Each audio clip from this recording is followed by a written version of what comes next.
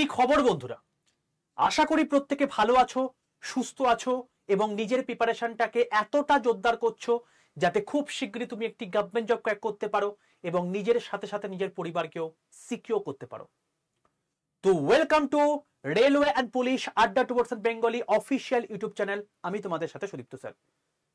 দেখো, ভারতীয় রেলের একটা কঠিন পদক্ষেপ, একটা ছেলে যে ঠিকঠাক করে পড়াশুনো করে খেটে খুঁটে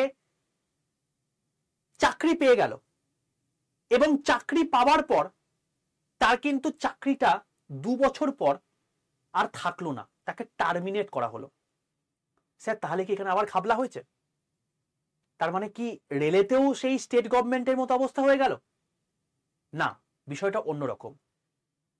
আমি তোমাদেরকে আগেও বলেছি, এখনো বলছি, যাদের যাদের বয়স 33 বছরের মধ্যে রয়েছে তারা অতি অবশ্যই সেন্ট্রাল গভর্নমেন্টের এক্সামগুলোতে ফোকাস করো। বুঝতে পারছো স্টেট গভর্নমেন্টের কি অবস্থা? যদি আজকে চাকরি পেয়েও যাও, পরবর্তীকালে চাকরি থাকবে কিনা সেটাও কেউ জানে না। এবং সেন্ট্রাল গভর্নমেন্টের ক্ষেত্রে এই সমস্ত ক্ল্যারিফিকেশন কিন্তু রয়েছে। তাহলে স্যার এটা হলো কেন? দাঁড়াও, পুরো জিনিসটা বলবো। তো প্রথমেই তোমাদেরকে বলে রাখি ভাই, সাবধান হয়ে যাও এই জায়গাটা থেকে, ঠিক আছে? তুমি যদি ভেবে থাকো যে আমি যে করে হোক ইডব্লিউএস সার্টিফিকেট বার করে নেব, বা যে করে হোক আমি ওবিসি সার্টিফিকেট বা এসসি এসটি সার্টিফিকেট বার করে নেব, যে করে হোক আমি চাকরিটা পেয়ে গেলাম, দিয়ে জয়েন করে গেলাম, তার মানে আমার লাইফটা সিকিউর হয়ে গেল, সেটা কিন্তু নয়। পরবর্তীকালে যদি কোনোভাবে কোনোরকম কোনো গাফিলতি পাওয়া গেছে, তাহলে কিন্তু তোমাকে টার্মিনেট করতে ওরা দ্বিতীয়বার ভাববে না। এবং সেই জিনিসটাই হয়েছে এরকম অনেক ছেলের কাছে। এক এক করে জিনিসটাই আসছি। সবার প্রথম বলে রাখি, যারা যারা এই চ্যানেলটাকে সাবস্ক্রাইব করনি, প্রত্যেকে এই চ্যানেলটাকে সাবস্ক্রাইব করে পাশে থাকা বেল আইকনটা ক্লিক করে রাখো। তার কারণ রেলওয়ে এবং পুলিশের অথেন্টিক ইনফরমেশন তোমরা এই চ্যানেল থেকে পাবে। তোমাদের আপকামিং এখন এনটিপিসির পর গ্রুপ ডির পালা। তো গ্রুপ ডি ওরিয়েন্টেড তোমাদের প্রচুর প্রচুর ক্লাস তোমাদের এখানে ফ্রি অফ কস্টে আয়োজন করা হবে। তো অতি অবশ্যই ভাই চ্যানেলটাকে সাবস্ক্রাইব করে তোমাকে পাশে থাকা বেল আইকনটা ক্লিক করে রাখতে হবে। যেমন তোমাদেরকে আমি দেখিয়ে রাখি যে এটা, যে তোমাদের কিন্তু দুটো পোস্টের নতুন নতুন রিক্রুটমেন্ট আসার পসিবিলিটি রয়েছে, যেটা আমি তোমাকে ভিডিও করে দিয়েছি। ভারতীয় রেলে 80,000 টাকা বেতন, আইএসএ সমতুল্য তুমি পোস্টে 7 থেকে 8 বছরের মধ্যে প্রমোশন পেয়ে যাবে, এরকম একটা পোস্ট আছে। যারা দেখে নিয়েছো, সেকশন কন্ট্রোল সম্পর্কে জানো না, তারা অতি অবশ্যই এই ভিডিওটা দেখে নিও। কারণ এখান থেকে এতটা ডিটেলসে তুমি গোটা ভারতবর্ষের বুকে ওপেন চ্যালেঞ্জ করছি, কোথাও খুঁজে পাবে না। গিয়ে দেখে নিতে পারো, ওপেন প্ল্যাটফর্ম, এসে কমেন্ট করে যেতে পারো, ঠিক আছে? তো এই জিনিসপত্রগুলো আমি এখানে বলে দিয়েছি। 55,000 ছাত্রছাত্রী দেখে নিয়েছে, তোমরাও এটা দেখে নিতে পারো, সিওরিটি পেয়ে যাবে। সেকেন্ড কথা হচ্ছে, যারা এখনো পর্যন্ত আমার হোয়াটসঅ্যাপ গ্রুপে যুক্ত নেই, তারা অতি অবশ্যই 62 91 95 49 79 এই নাম্বারে হোয়াটসঅ্যাপে যাবে। হোয়াটসঅ্যাপে কি একটা হাই লিখবে, হাই লিখে পাঠায় দেখবে তোমাদের কাছে অটো জেনারেটেড 6টা হোয়াটসঅ্যাপ গ্রুপের লিঙ্ক চলে গেছে। তার মধ্যে প্রথমেই দেখবে লেখা আছে রেল গ্রুপ এবং তার নিচে একটা লিঙ্ক দেওয়া আছে, সেই লিঙ্কটাই ক্লিক করে প্রত্যেকে জয়েন করে যাও। সেখানে রেলওয়ের সমস্ত ইনফরমেশন সবার প্রথম পাবে এবং তার সঙ্গে সঙ্গে অন্যান্য প্রত্যেক দিনের নিউজ পেপার থেকে শুরু করে স্টাডি মেটেরিয়াল আমি এই গ্রুপগুলোতে প্রোভাইড করে থাকি। সম্পূর্ণ ফ্রি অফ গ্রুপ কস্টে আমি যেগুলো প্রোভাইড করে থাকি এবং সম্পূর্ণ ফ্রি গ্রুপ হচ্ছে এটা, প্রত্যেকে যুক্ত হয়ে যাও। আর যদি ভেবে থাকো যে আমার সঙ্গে কথা বলবে, এই নাম্বারে ফোন করলে পাবে, জীবনে পাবে না। তার কারণ এই নাম্বারে প্রত্যেক দিন প্রায় 1000 থেকে 1200 ফোন এখানে আসে। যদি আমি এখন তোমাদের এক একটা থার্স্ট কোয়েঞ্চ করতে যাই, আমি যদি সারাদিন ধরে দু কানে যদি ফোনটা গুঁজে রাখি, তাও কিন্তু আমি করতে পারবো না। তার সঙ্গে সঙ্গে আমার তো ক্লাস রয়েছে, তোমার থেকে কমন দেওয়ারও রয়েছে। তো অতি অবশ্যই গ্রুপে যুক্ত থাকো, গ্রুপে তুমি সমস্ত কিছু আপডেট তুমি পেয়ে যাবে। চলো এইবার চলে আসছি মেন বক্তব্যতে। কি হয়েছিল কেসটা? দেখো, আমি তোমাকে একটা ক্যান্ডিডেটকে দেখাচ্ছি যার ডেট অফ অ্যাপয়েন্টমেন্ট হচ্ছে 26/8/2023, অর্থাৎ এ লেভেল 1 পোস্টে চাকরিটা পেয়েছিল 2019 সালে যে গ্রুপ ডি পরীক্ষা এসছিল।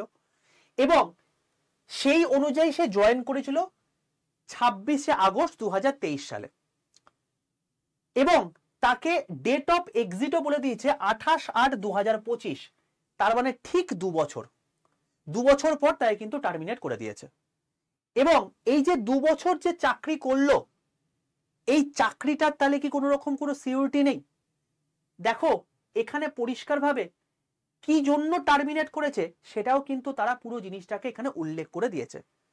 এটা পুরোটা হিন্দিতে রয়েছে, যেহেতু সে উইক ক্যাডারের মধ্যে পেয়েছিল।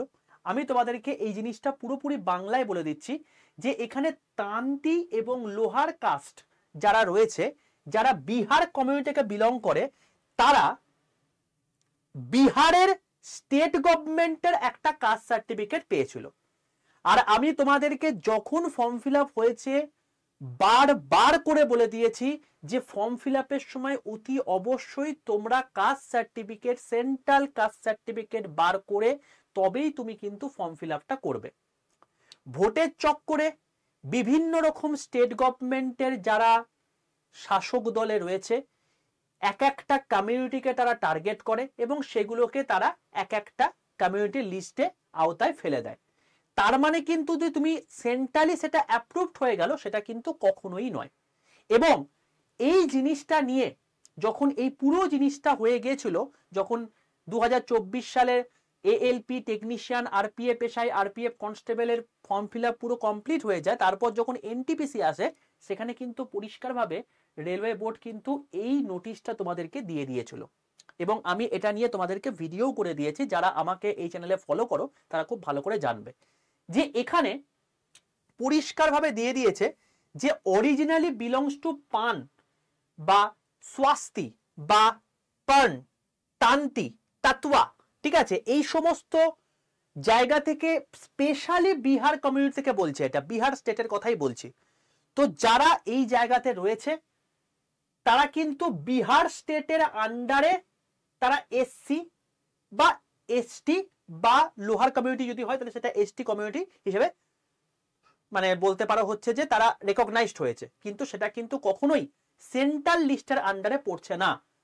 এবার ছেলেটা কথার কথা, ধরো আমি তোমাকে বললাম যে ছেলেটা আজকে নাম্বার পেয়েছে 63, কথার কথা আমি বলছি, তাহলে ও এসসি ক্যাটাগরিতে ও পুরোপুরি পেয়ে গেছে, কারণ এসসি ক্যাটাগরিতে ধরো কাট অফ গিয়েছিল হচ্ছে ধরো কথার কথা 60, ওকে, ধরে নাও ইউআর এর কাট অফ গিয়েছিল হচ্ছে 65, ধরে নিলাম। এইবার যেহেতু এসসি ক্যাটাগরিতে 60 কাট অফ গেছে আর ও 63 পেয়েছে, তাহলে ও তো চাকরি পেয়ে গেল, কোনো সমস্যা কিছু নেই। এবার যখন দেখা যাচ্ছে ও এসসি এসটি কমিউনিটির মধ্যে পড়ছে না, তাকে দ্বিতীয় সুযোগ তারা দেখবে, অবশ্যই দিয়ে চেষ্টা করবে যে ইউআর দিয়ে যাতে তাকে রেখে দেওয়া যায়। কিন্তু যখন দেখছে যে 63 পেয়েছে, যেটা 65 থেকে কম, তার মানে সে কিন্তু ইউআর এর কাট অফ ক্লিয়ার করলো না, তার মানে সে আর এই সিস্টেমের সঙ্গে থাকবে না, তাকে টার্মিনেট করা হবে। এবং এটা তোমাকে যেটা দেখালাম এটা একটা এক্সাম্পল দেখালাম গ্রুপ ডির কেসের ক্ষেত্রে, এরকম হাজারো হাজারো এক্সাম্পল রয়েছে। কারণ এই রিসেন্ট এই টার্মিনেশন লেটারগুলো আস্তে আস্তে আসতে শুরু করেছে, এএলপিতে হয়েছে, টেকনিশিয়ানে হয়েছে, আরপিএফ এ হয়েছে এবং গ্রুপ ডিতে হয়েছে, এনটিপিসির কিছু কিছু ক্ষেত্রেও কিন্তু হয়েছে। সাবধান হয়ে যেও। এরপরে যখন ফর্ম ফিল আপ করবে, এই কাস্ট সার্টিফিকেট কিন্তু প্রচন্ড একটা ইম্পর্টেন্ট রোল প্লে করে। এবার তুমি আমাকে বলতেই পারো যে স্যার তাহলে এরা চাকরিটা পেলো কি করে, ডিভির সময় আটকে দেওয়া উচিত ছিল। দেখো ডিভি যখন হয়েছে তখন হয়তো কোনো একটা পার্টিকুলারলি সাইড বাই সাইড কোনো প্রুফ দেখিয়ে সে বেরিয়ে গেছে এবং সে হয়তো নিজেকে ফিল করছে চলো আমি সিকিউর হয়ে গেছি। কিন্তু রেলওয়ের ক্ষেত্রে যে পুলিশ ভেরিফিকেশন হয়ে থাকে, সেই পুলিশ ভেরিফিকেশনটা কিন্তু একটু দেরি করে হয়। হয়তো এই 2 বছর পর যখন পুলিশ ভেরিফিকেশন হয়েছে সেটার মারফত জানতে পারা গেছে যে ও বিহার রাজ্য থেকে বিলং করছে এবং ও তান্তি থেকে বিলং করছে এবং সেখান থেকে এরকম ঘটনা ঘটেছে, তো ও তো এসসি আন্ডারে পড়ছে না। এইবার ধরে নাও তুমি এসসি তো চলো পেলে না, তোমার এমন কিছু বৈশিষ্ট্য আছে তুমি ওবিসি পেতে পারো।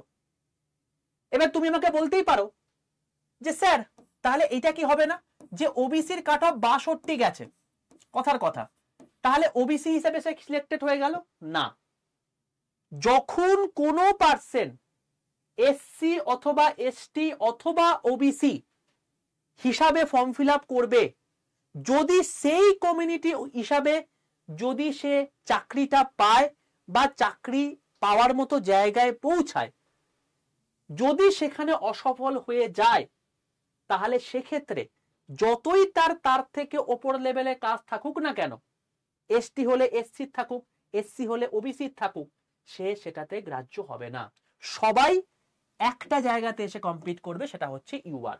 এখান থেকে তার বাঁচার উপায় হচ্ছে এটাই যে যদি সে ইউআর হিসাবে নিজেকে প্রতিষ্ঠিত করতে পারে।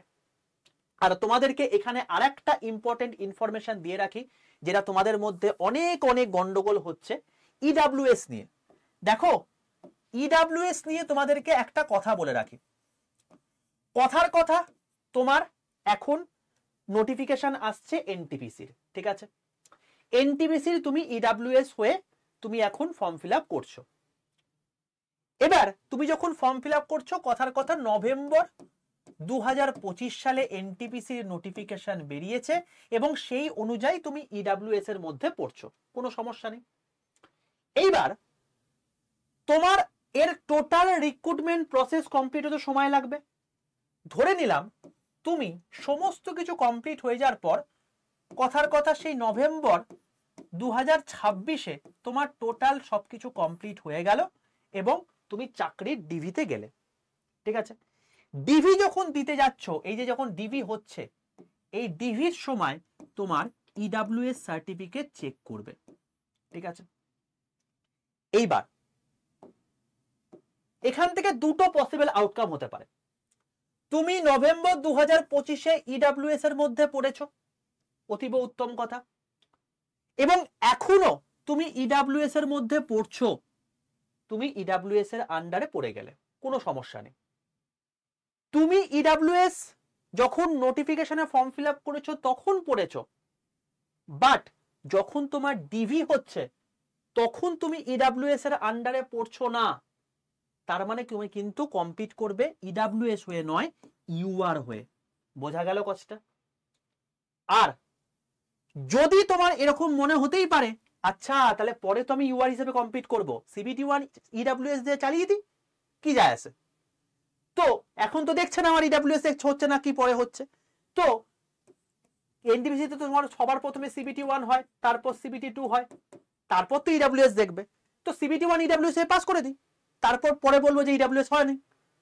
তো এই জিনিসটা কিন্তু বাবা হবে না, কারণ এই যে ডিভি হবে না, এই ডিভির সময় তুমি দেখে নেবে যে এই যখন ফর্ম ফিল আপ হয়েছিল তখনকার যে রেজিস্ট্রেশন নাম্বার, সেই নাম্বারে আদৌ তোমার ইডাব্লিউএস সার্টিফিকেট ইস্যু হয়েছে কি হয়নি। তাই যারাই কাস্ট সার্টিফিকেট নিয়ে বিভিন্ন রকম পরীক্ষা দেবে ভাবছো, সাবধান হয়ে যাও। আমি বারংবার বলেছি তোমাদেরকে, সেন্ট্রাল কাস্ট সার্টিফিকেট ছাড়া কিন্তু কখনোই সেন্ট্রাল গভর্নমেন্টের এক্সামের পরীক্ষার ফর্ম ফিল আপ করো না, সর্বনাশ হয়ে যাবে। চাকরি পেয়ে গেলে চাকরি পাওয়ার পর দেখবে তোমার চাকরি চলে গেছে, যেমন এই ছেলেটার হয়েছে, যেমন এরকম অনেকগুলো ছেলের হয়েছে। তো এইটা কিন্তু সাবধান হয়ে যাও, সামনে এনটিপিসি পরীক্ষা আসছে, তো তার জন্য তোমাদের কিন্তু এটা বলে রাখলাম। আর এতটা ডিটেলসে ভাই তুমি বাংলায় কোথাও পাবে না, তাই অতি অবশ্যই চ্যানেলটাকে সাবস্ক্রাইব করে পাশে থাকা বেল আইকনটা ক্লিক করে রাখো। খুঁটিনাটি এই সমস্ত ছোট ছোট জিনিসপত্র তুমি সমাধানও কিন্তু এই চ্যানেলেই পাবে, ঠিক আছে? আর লাস্ট একটা কথা বলে রাখি প্রত্যেককে, তোমাদের সামনে রয়েছে গ্রুপ ডি পরীক্ষা, এবং এই গ্রুপ ডি পরীক্ষার জন্য আমি ভাবছি তোমাদের আগামী মঙ্গলবার থেকে, অর্থাৎ টিউসডে থেকে, আমার ঠিক সেই সময় 11টা 15 ক্লাসে তোমাদেরকে আবার সায়েন্সের ক্লাস শুরু করব, এবং এই সায়েন্সের ক্লাস এমন ভাবে করাবো যাতে তোমাদের গ্রুপ ডি পরীক্ষাতে যে 25টা নাম্বার সায়েন্সে আসে, সেই 25-এর মধ্যে তুমি 25 স্কোর করতে পারো, এবং সম্পূর্ণ ফ্রিতে হবে। কারা কারা চাও এই ফ্রি ক্লাস করতে? কারণ আমি চাই বলে কমেন্ট করে দিলে পরে আর থাকলে না, তাহলে কিন্তু আমি ক্লাস বন্ধ করে দেবো। কারা কারা চাও অতি অবশ্যই কমেন্টে লিখে জানিও, তাহলে আমি এটার ব্যবস্থা করছি। আমি আজকের রাতটা কমেন্ট দেখব, কালকে ম্যানেজমেন্টের সঙ্গে কথা বলবো, মঙ্গলবার থেকে তোমাদের তাহলে ক্লাস শুরু করব। ঠিক আছে, বোঝা গেল? তো ফ্রি ক্লাস এবং এই সমস্ত খুঁটিনাটি জিনিস জানতে চ্যানেলটাকে সাবস্ক্রাইব করে রাখো।